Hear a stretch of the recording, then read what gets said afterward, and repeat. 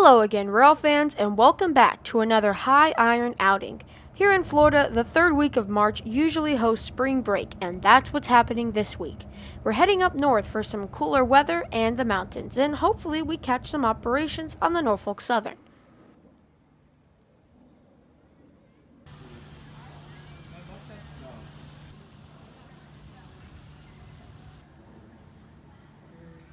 With about 2 hours to spare, we settled down to watch a few Sunrail commuter trains pass. First up is P316 northbound for DeBerry.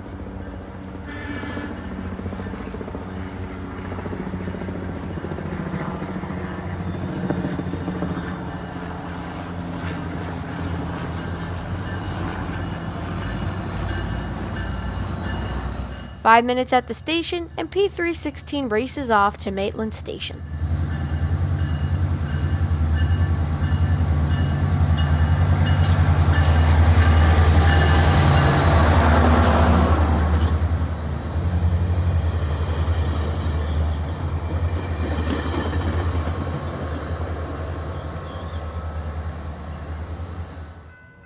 About 20 minutes pass, and here comes southbound train P319 barreling down into a station stop.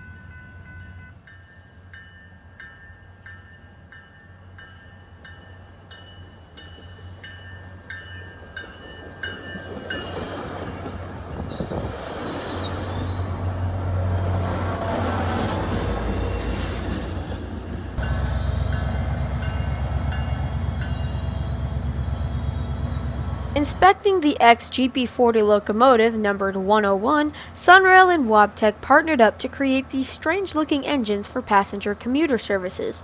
The two pairs of ditch lights on the front make it possible for forward and backwards running. The red ditch lights, when on, tell crews and people when the engine is running in reverse, and on Sunrail, all southbound trains have cab cars leading anyways.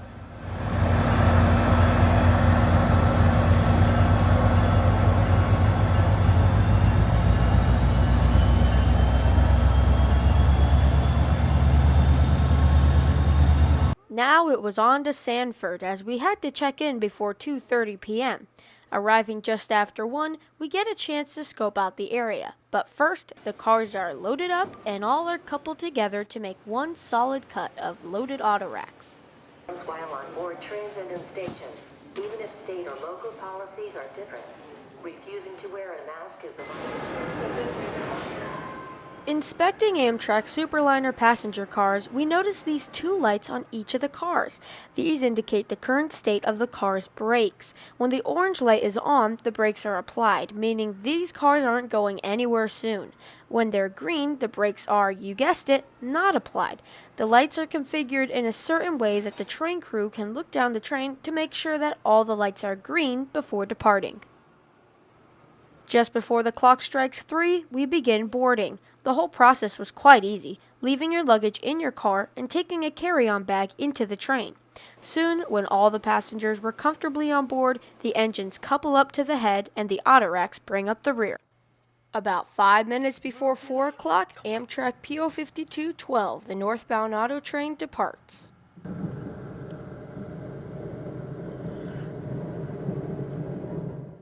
Passing drawbridge after drawbridge, racing through the northern Florida forests, and seeing the many different yards and scenes that Jacksonville has to offer. We even got a close look at the Georgia 300 passenger coach, Duke's Crossing, and all the different stations along the way. Riding Autotrain gave us looks at railroading that you could never see without trespassing. Just after midnight, we stopped in Florence, South Carolina for a crew swap, unloading of the passengers' waste and garbage, and the refueling of our two P42s in the lead. This is a usual occurrence on Autotrain, as this is about the halfway marker between Sanford and Lorton.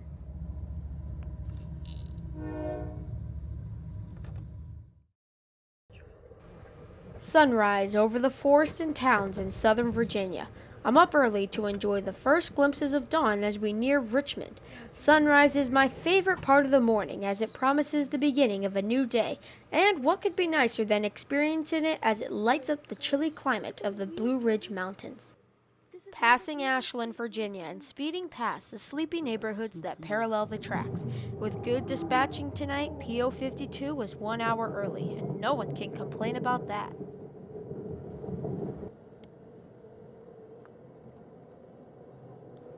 Finally, just after 8 o'clock, we arrive in Lorton, Virginia. Unlike Sanford, Lorton offers riders a smooth transition from car to waiting room to train, or vice versa. In Lorton, you have to walk away from the station to get into the middle of the action, and that's what we did. B32-8 number 513 was about ready to begin his Autotrain shuffling operation. The crew couples up and takes the cut of cars to the unloaders.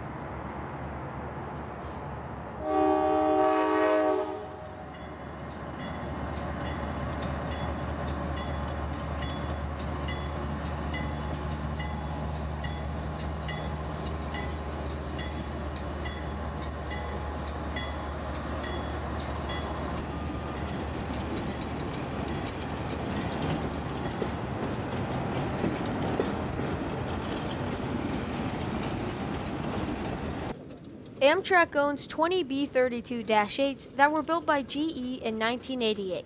These locomotives sport 3,200 horsepower and are driven by a 12-cylinder V-type engine. To learn more about the GE series and the B32-8, check out my video about the legacy and history of the -8 series. Once in place, a team of drivers carefully unload the passengers' cars out of the auto racks and onto the awaiting ramps. The whole process of unloading the cars and sending off passengers took a mere 30 minutes, and we were on the road south by 9 o'clock. Our first stop of the trip was breakfast, and then a short southbound drive to Mannassas, Virginia. This is the battle site of the Battle of Mannassas that occurred here on July 21st, 1861. The Union were seeking an advantage by weakening the Confederates' transportation of ammo and men, so they headed to Manassas Junction, where the Orange and Alexandria Railroad met the Manassas Gap Railroad, which led west to the Shenandoah Valley. The Union destroyed most of the trackage in the area, but the Confederates met them and a bloody battle emerged. Today, Mannassas is a quaint small town with a passenger station served by Amtrak and the VRE. A small Norfolk Southern yard is also next to the rebuilt junction. In the chilly weather, there was no better place to explore and enjoy.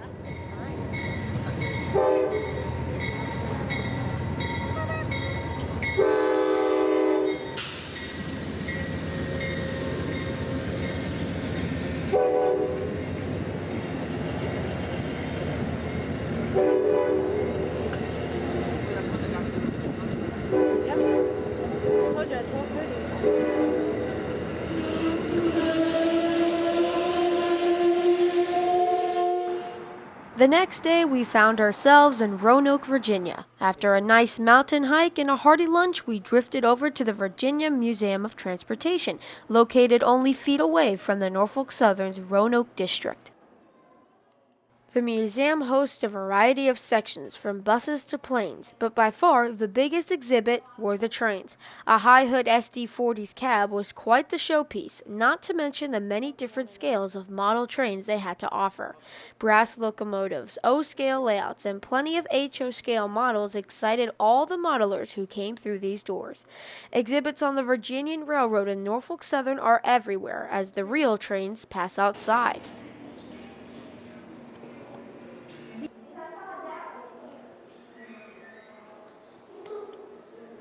Right outdoors, there was a large exhibit of real locomotives and rolling stock from the golden age of railroading.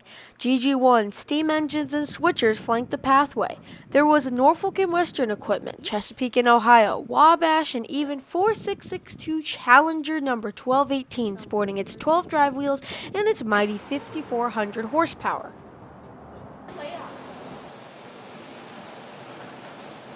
Back inside, we checked out the museum's very nice O-scale layout. There were plenty of trains running through tunnels, towns, and over rivers on this massive setup, a train buff's paradise.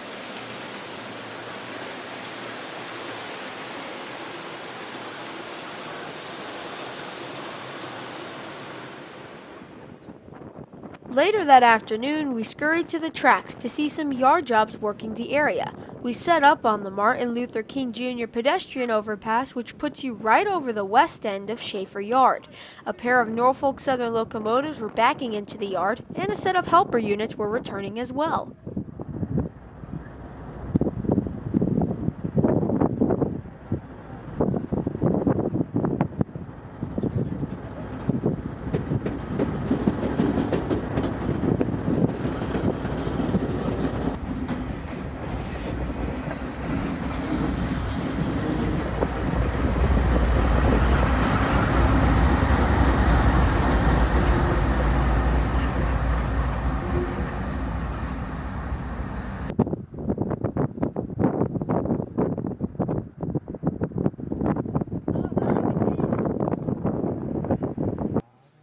Norfolk Southern Schaefer Yard is located in the middle of downtown Roanoke and is technically two separate yards.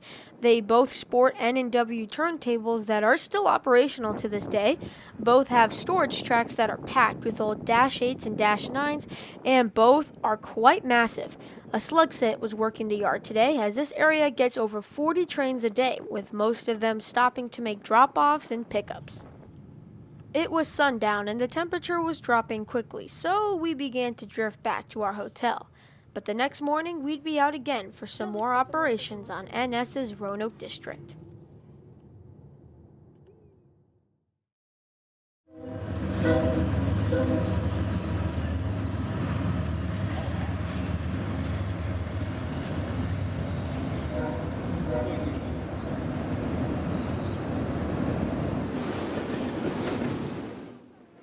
Arriving in downtown just after 9:30 a.m., we see a westbound intermodal whiz by. Because there wouldn't be any passenger trains this day, we set up on Amtrak's platform under the overpass. All signals are visible from here, and to be ground level was nice, making this one comfortable hotspot.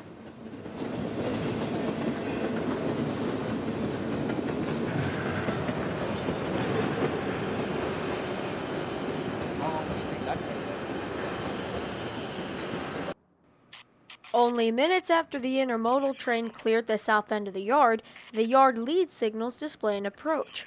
Unexpectedly, we saw headlights coming from the north, even though there weren't any signals for that track. Nevertheless, here came quite the novelty, working very hard in daylight.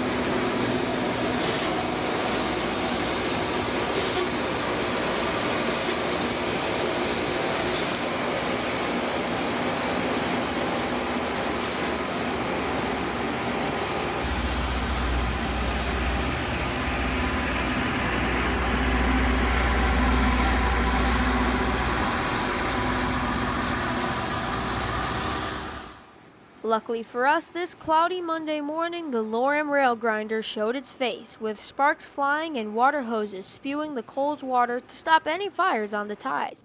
It's really a fascinating operation, as the rail grinder goes up front, a water truck behind, a high railer in trail to inspect the grinded rails, and finally Lorton's very own rail inspector to test that the grinder did its job well and safely. But before the parade was over, a westbound mixed freight plowed through, ultimately interrupting the festivities.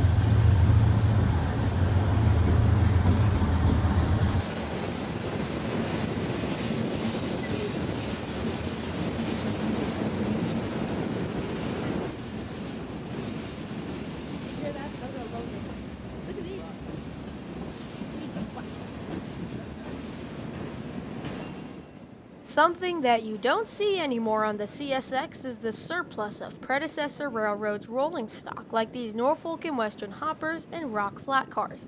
These cars are probably nearing their 50-year retirement curfew, so it is nice to see them still in current operations.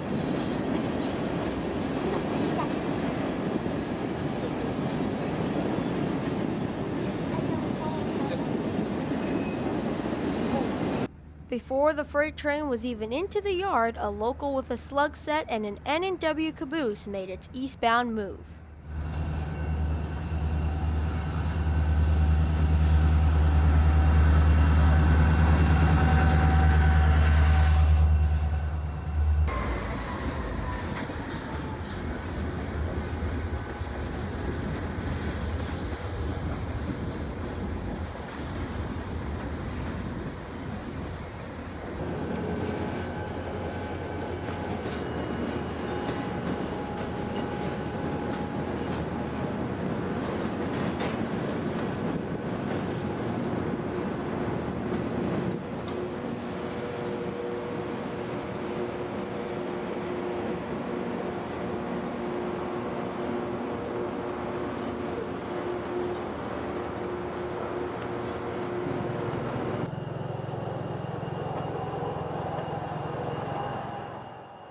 Once the local cleared the switches, the high railer could finish his inspection, but he'd have to hurry as another eastbound freight was departing the yard.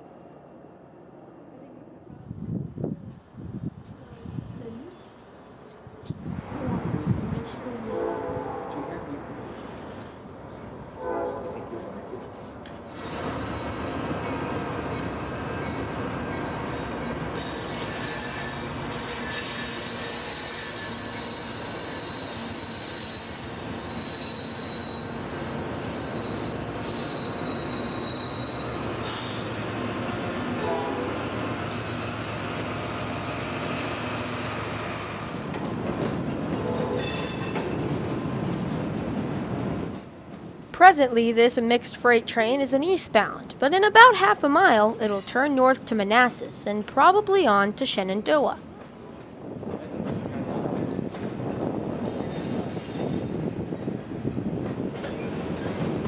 The train slows down to a stop, probably for the conductor to throw a switch in the east yard and then wait for a returning local to pass. This train is mostly empties returning north, so it's probably not something of much priority on the dispatcher's desk. Still, it's only minutes before the eastbound is turned loose.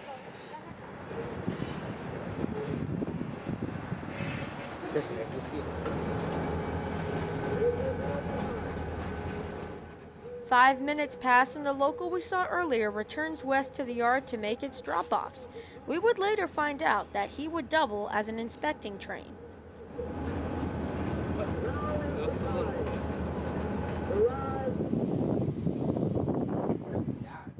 Next up is an eastbound intermodal. After waiting about half an hour, this guy came speeding through, obviously with some high-priority cargo behind.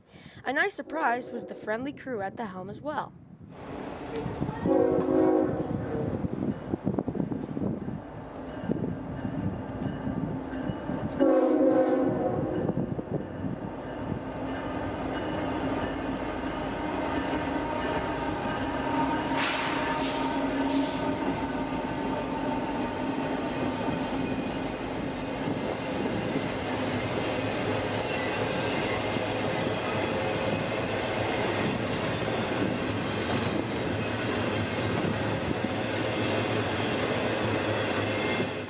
Notice anything different about this train? Well, listen closely and you'll hear a low droning sound coming from the rails. When rails have been freshly grinded, the wheels on the trains need to pound in the little indentations that the grinder made, giving it that really deep sound. It only takes a day or two for the rails to be smoothed out again, so it was cool to see, or should I say, hear it in person.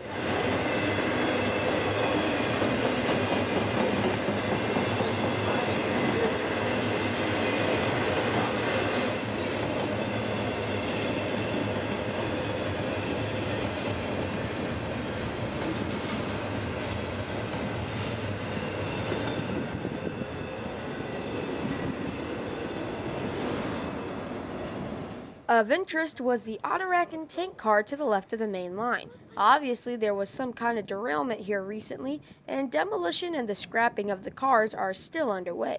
No time to talk though, as a westbound empty coal train shows its face. This train is probably turning southwest soon to return to a Kentucky mine for another load.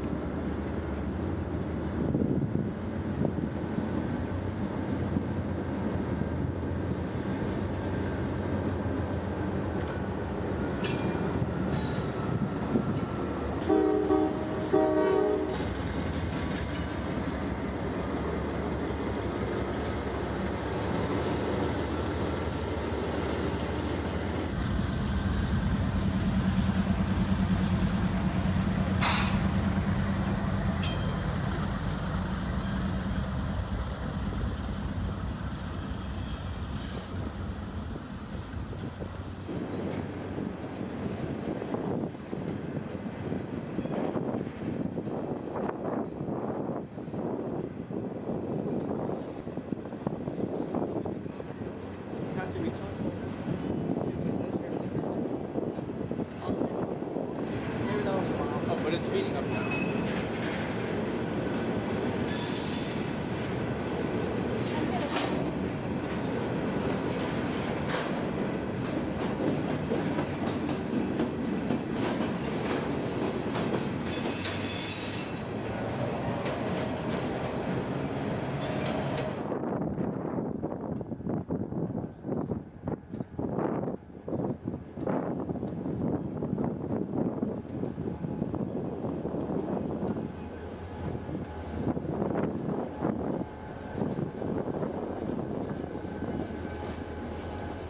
The local returns now heading down the second southbound main. These guys were doing some kind of inspection, yet we still don't know what. The coolest part was to see the old Norfolk and Western caboose and a slug set still working hard in 2021.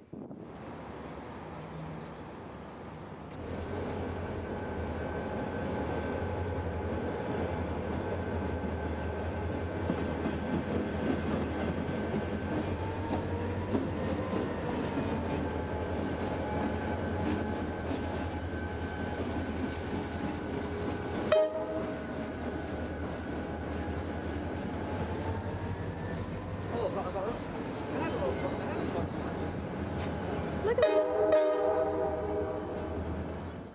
By now, we were all quite hungry, so we headed off for lunch, wrapping up our morning in Roanoke. Now it was time to head down to Boone, North Carolina for some mountain hikes and skiing, but we'd be back to the tracks soon enough. 3 days later, and we're entering the town of Savannah, Georgia, a massive port city filled with intermodal and autorack traffic, so much so that it needs 3 bustling railroads to serve it and some massive ships from the Caribbean and Atlantic. Like this one, departing probably with an excess of 10,000 containers.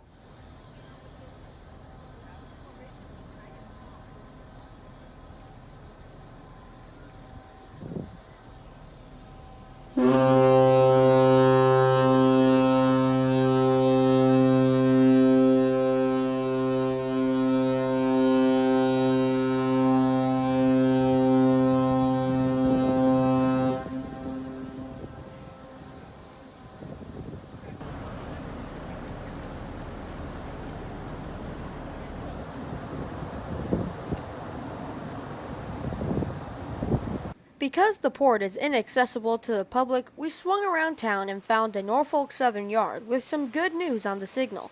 We knew that it would only be a yard job, but we stuck around for it.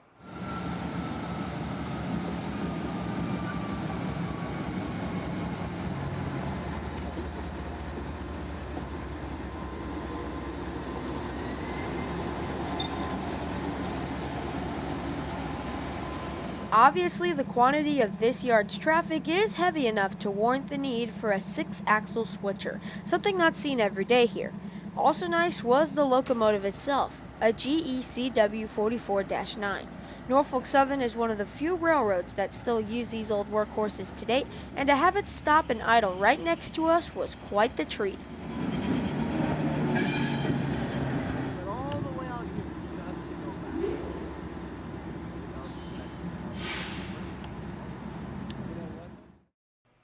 The next day, we began making our way back to Tampa and home. On the way, we passed CSX's Baldwin Yard and ended up pacing and chasing Q453 on US 301. We stopped in at Lottie, Florida, with plenty of time to set up for him. And note, at this point, we hadn't seen the Consus pulling this massive train yet.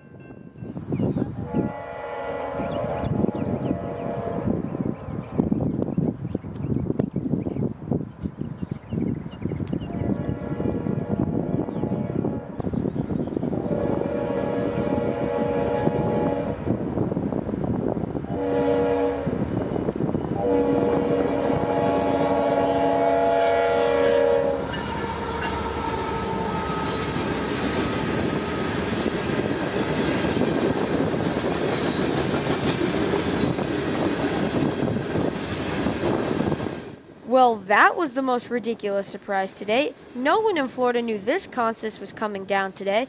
After wanting to chase this train in the middle of the night, there wasn't a prettier setting to catch this engine in. By now, most of us should know that Q453 is southbound mixed freight for Winston Yard in Lakeland, Okeechobee, and ultimately Hialeah Yard in Miami. Rail fans close to any CSX trackage in Florida have been holding their breath for this engine to be put on a train down here in daylight. And other than last month's Q442 at sunset, that just hasn't been the case. Today, though, after trying to catch this engine for months, here he is. Oh, and did I mention the DPU?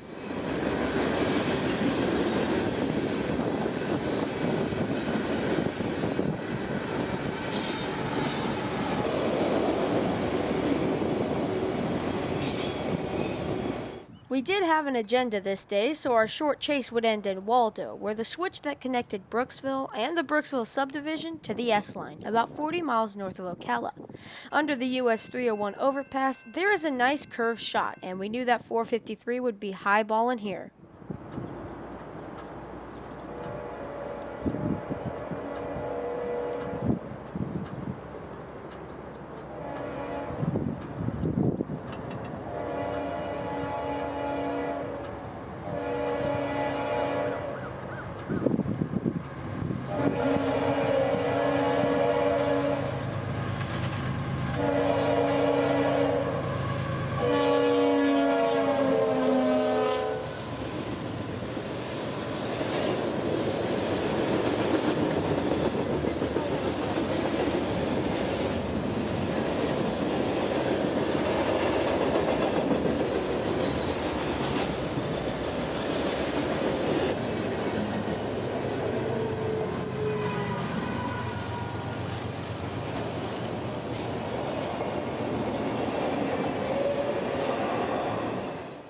Thanks for railfanning with us this week. It really was one heck of a trip that we all will never forget.